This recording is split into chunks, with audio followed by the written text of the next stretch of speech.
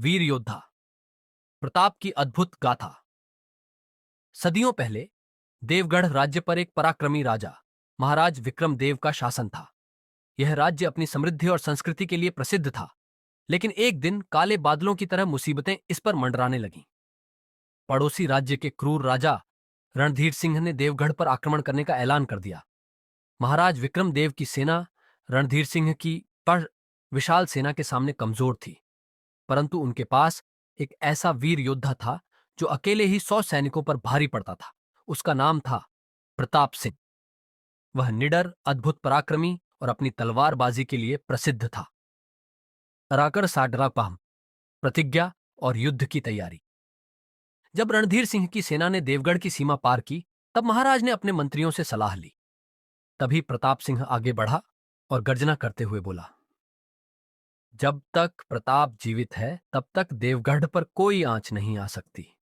मैं अपनी आखिरी सांस तक इस राज्य की रक्षा करूंगा। महाराज ने उसे सेना का नेतृत्व सौंप दिया। प्रताप सिंह ने अपने सैनिकों को संगठित किया और युद्ध की रणनीति बनाई। वह जानता था कि रणधीर सिंह की सेना अधिक शक्तिशाली है, इसलिए उसने गुरिल्ला युद्ध नीति अपनाई। ड्रा राजा सिक्सिल्वा, रणभूमि में शौर्य सच।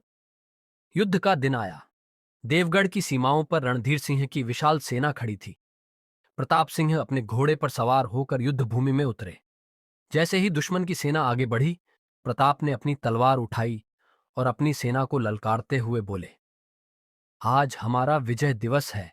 जो भी इस भूमि की रक्षा के लिए मरेगा वह अमर कहलाएगा। प्रताप सिंह बिजली की तरह शत्रुओं पर टूट पड़े। उनकी तलवार इतनी तेज थी कि दुश्मन सैनिक संभल भी नहीं पाए। उन्होंने अकेले ही रणधीर सिंह के अनेक योद्धाओं को परास्त कर दिया। देवगढ़ की सेना प्रताप की वीरता देखकर जोश में आ गई और उन्होंने दुश्मनों पर हमला तेज कर दिया। रघुवार स्कड्बी, रणधीर सिंह से आमना सामना। युद्ध के दौरान प्रताप सिंह का सामना खुद रणधीर सिंह से हुआ। दोनों के बीच भयंकर द्वंद्व छिड़ गया। रणधीर सिंह विशालकाय और बलशाली था, लेकिन प्रताप सिंह की फुर्ती और तलवारबाजी के सामने वह टिक नहीं सका।